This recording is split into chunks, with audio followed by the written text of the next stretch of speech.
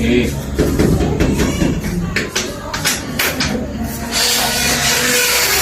Inom tayo. Ha? Inom tayo. Hindi ako. Bakit? Ayun lang ako eh. Hindi ako. Halika na. Ayoko nga. Halika na. Promise. Ano? Ano Basta, promise? promise.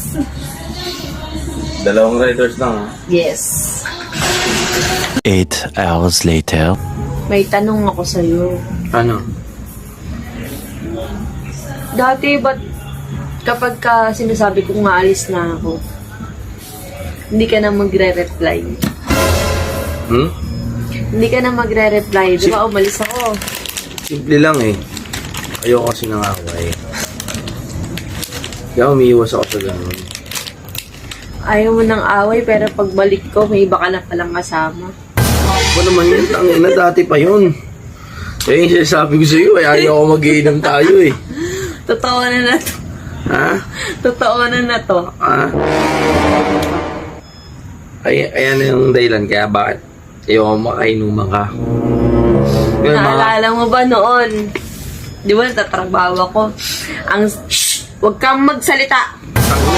Huwag kang magsalita. Ang sabi, di ba papasok ako sa trabaho? Ang sabi mo, dito lang ako sa bahay. Tapos nag-chat ako sa'yo. Ang sabi mo, pupunta ka sa mga katrabaho mo sa pen shop. Tapos bigyan, hindi ka na nag-reply. Yung pala kasama mo na yung ex mo. Oh shit. Here we go. Tapos na yun. Oh, Tapos na yun eh. Oo, ano? Pinapalik mo pa, punta ka na. hindi sa tapos na yun. Pero ginawa mo.